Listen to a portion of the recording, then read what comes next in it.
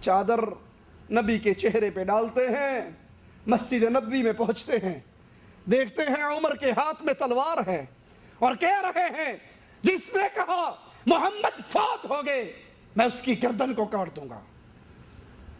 کہتے ہیں اجلس یا عمر، عمر بیٹھ جاؤ۔ عمر غیظ و غضب میں ہیں۔ ابو بکر صدیق رضی اللہ عنہ وارضا منبر پہ چڑھتے ہیں، آواز لگاتے ہوئے کہتے ہیں فَمَنْ كَانَ مِنْكُمْ يَعْبُدُ مُحَمَّدْ فَإِنَّ مُحَمَّدَ قَدْ مَاتَ۔ تم میں سے جو محمد صلی اللہ علیہ وسلم کی عبادت کرتا تھا وہ سن لے کہ محمد فوت ہو گئے۔ وَمَنْ كَانَ يَعْبُدُ اللَّهَ فَإِنَّ اللَّهَ حَيٌّ لَا يَمُوتُ، اور تم میں سے جو اللہ کی عبادت کرتا تھا وہ سن لے اللہ کو کبھی موت، وہ زندہ ہے، ہمیشہ کے لیے زندہ ہے، اس پہ موت نہیں آنی۔ پھر قرآن حکیم کی آیت پڑھی وَمَا مُحَمَّدٌ إِلَّا رَسُولٌ قَدْ خَلَتْ مِن قَبْلِهِ الرُّسُلُ أَفَإِن مَاتَ أَوْ قُتِلَ۔ اگر محمد صلی اللہ علیہ وسلم یہ تو رسول ہے اللہ کے باقی رسولوں کی طرح، اگر یہ مر جائیں یا یہ شہید کر دیے جائیں کیا تم اپنی ایڑیوں پہ پھر جاؤ گے؟ وَمَن يَنْقَلِبْ عَلَىٰ عَقِبَيْهِ فَلَن يَضُرَّ اللَّهَ شَيْئًا، اور جو اپنے دین سے پھر جائے گا وہ اللہ کا کچھ نہیں بگاڑ سکتا۔ صحابہ کرام نے جب یہ آیت سنی انہیں یقین ہو گیا کہ محمد کریم فوت ہو گئے۔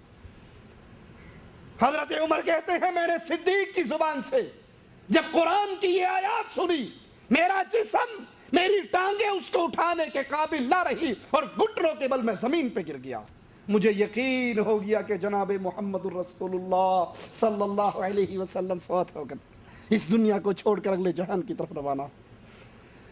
ادھر ابھی مسلمانوں کو کچھ سکون ملا، یقین ہوا، اچانک خبر ملتی ہے کہ انصار فلاں جگہ پر اکٹھے ہیں خلافت کے مسئلے کو حل کرنے کے لیے۔ ابو بکر صدیق، حضرت عمر، ابو عبیدہ رضوان اللہ علیہم اجمعین پریشانی کی حالت میں وہاں پہنچتے ہیں۔ ابو بکر کہتے ہیں تم جس چیز کے لیے، جس مسئلے کو حل کرنے کے لیے یہاں اکٹھے ہوئے ہو تم اس کے زیادہ اہل ہو، اس نیک کام کے، لیکن یہ عمر ہے اور یہ ابو عبیدہ ہے، ان دونوں میں سے کسی ایک کو اپنے لیے امیر منتخب کر لو۔ کسی نے کہا کہ ایک انصاری امیر ہو جائے اور ایک مہاجرین میں سے ہو جائے۔ ابو بکر صدیق رضی اللہ عنہ وارضا ان کا استقامت یہاں پر بھی کام آئی۔ فرماتے ہیں میں نے رسول اللہ صلی اللہ علیہ وسلم سے سنا، آپ نے فرمایا مومنوں کا خلیفہ قریشی النسل ہوگا، قریش میں سے ہوگا۔ یہ حدیث رسول سننی تھی۔ وہ مسلمان جو انتشار کی طرف بڑھ رہے تھے فوراً اللہ کے نبی کا پیغام سننے کے بعد اپنی اختلافات کو ختم کرتے ہیں۔ آپ نے کہا یہ عمر ہے، یہ ابو عبیدہ ہے، دونوں میں سے جس کے مرضی ہاتھ پر بیعت کر لو، ان دونوں میں سے میں کسی ایک کو تمہارے لیے پسند کرتا ہوں۔ حضرت عمر فوراً ابو بکر صدیق کا ہاتھ پکڑتے ہیں، کہتے ہیں اپنا ہاتھ پھیلائیے، آپ کے ہوتے ہوئے کسی اور کے ہاتھ پہ کیسے بیعت ہو سکتی ہے؟ آپ نبی کی زندگی میں بیماری کے آخری ایام میں محمد علیہ السلام کے مصلی کے امام رہے، آپ ہی کے بارے میں آقا نے کہا تھا مسجد نبوی میں کھلنے والے تمام دروازوں کو بند کر دو لیکن صدیق کا دروازہ کھلا رہے۔ آپ ہی کے بارے میں تو آقا نے کہا تھا اللہ اس دھرتی پر تیرے نبی پر دنیا میں بہت لوگوں نے احسان کیے، اللہ میں نے سب کے احسانوں کا بدلہ چکا دیا لیکن ابو بکر کا بدلہ اللہ میں بھی نہیں چکا سکا، اس کا بدلہ قیامت کے دن اللہ ادا کرے گا۔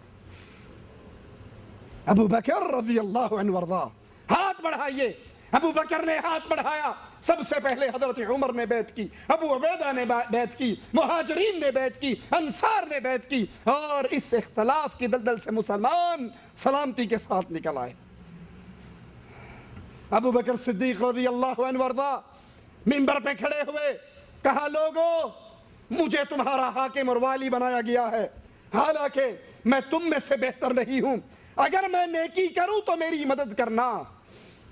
پیروں فقیروں کی اندھی تقلید کرنے والوں، بابا جی نے فرمایا ہے، شاہ جی نے فرمایا ہے، امام صاحب نے فرمایا ہے،